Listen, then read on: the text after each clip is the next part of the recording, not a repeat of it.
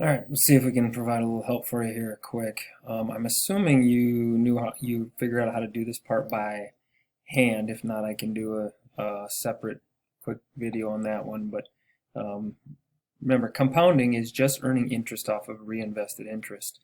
So for this part, just take $1,000, you multiply it by your interest rate of 7%. 1,000 times 0.07 is $70, so your total is $1,070. Where the compounding comes in is we go back and now our new balance is 1,070. So instead of earning 7% in year two again of just 1,000, we're earning of it 1,070.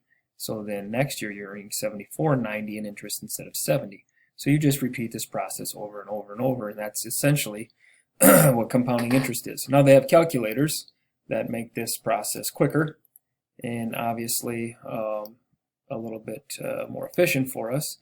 So we're going to do the same thing here. If this is where we're at, then here's what you're going to do. You have $1,000 and you are going to contribute an additional $50 a month. So this is what we'd imagine like our IRA is the account that we would put this in and invest in a mutual fund. But we're thinking of adding $50 a month or $600 a year. Now this is important because that's our annual addition. So using the compound interest calculator, complete this chart below. So this is meant to show you the difference between investing $50 a month starting at age 18, starting at age 30, starting at age 40, and starting at age 50, okay, on what the difference that this time makes. The earlier you start, obviously, the longer you're contributing, but also the more return that you get.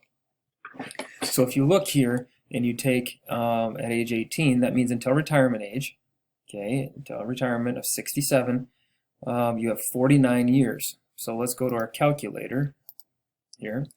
And our current principal is always 1,000. That is what you are starting with, or this is the value of whatever chunk of money that you are looking at. The annual addition, now this is, remember where we said $50 a month, that's $600 a year. So 50 times 12, 600. So we're going to put 600 in there. And then years to grow, and remember our first one, if we start at 18, is 49. Interest rate, 7%, and then you hit calculate. That gives us $270,847, and that's what we put in there. So to figure the amount that we invested, we just take 600 a year times 49 years, and if you do 600 times 49, you get 29,400. So to show you the power of compounding and investing, this 29,000 plus the 1,000 that you started. This is the amount of money that you put in. You put this much money into, you invested this much into your retirement account. This is the value of that savings over 49 years. Significant, right? You put in $30,400 and you get $270,000 back. It's a pretty good return on investment. So now if you do it at age 30, okay, we have less time, right? 37, we only have 37 years instead of 49. So we're going to do the same thing. Instead of 49, we just put 37 in there. And now it's 115,000. So you put, I can probably,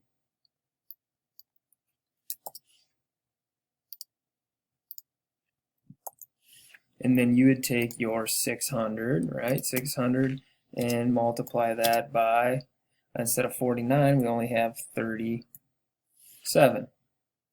Okay?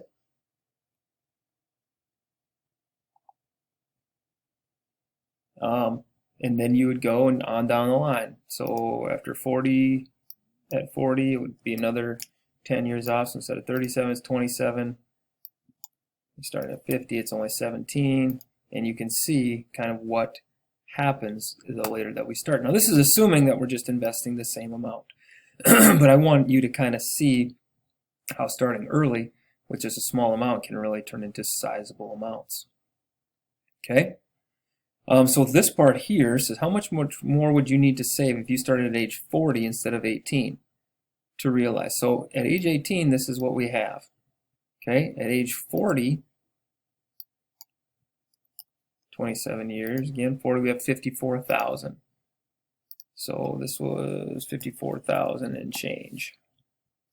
So how do we figure out how much more that we are going to have to save. So that's what's asking. How much more would you need to save each year? So here you can go back to your calculator, and we want to get this amount to here. We can't put any more time. You started at 40. You only have 27 years. So the only thing we can do is add more money. So if we double it, we go 1,200 instead of 600. That's $100 a month. Excuse me. We only have 101,000. Still well short. Well, let's triple it. Let's go 1,800. Still short. Let's go $3,000. That is, yeesh, that is 10, 300. How much is that a month? 250 a month? Still short at 250 a month. If we put in 3,300 a year. So now we're getting close. So instead of $600 a year, we're going to have to put in $3,300 per year to get to that same amount. So how much more would you need to save each year if you started at 40? That would be $3,300. And then you can do that same process for 50, where you, instead of 27 years, you only have 17. So that can help you see why time is so important.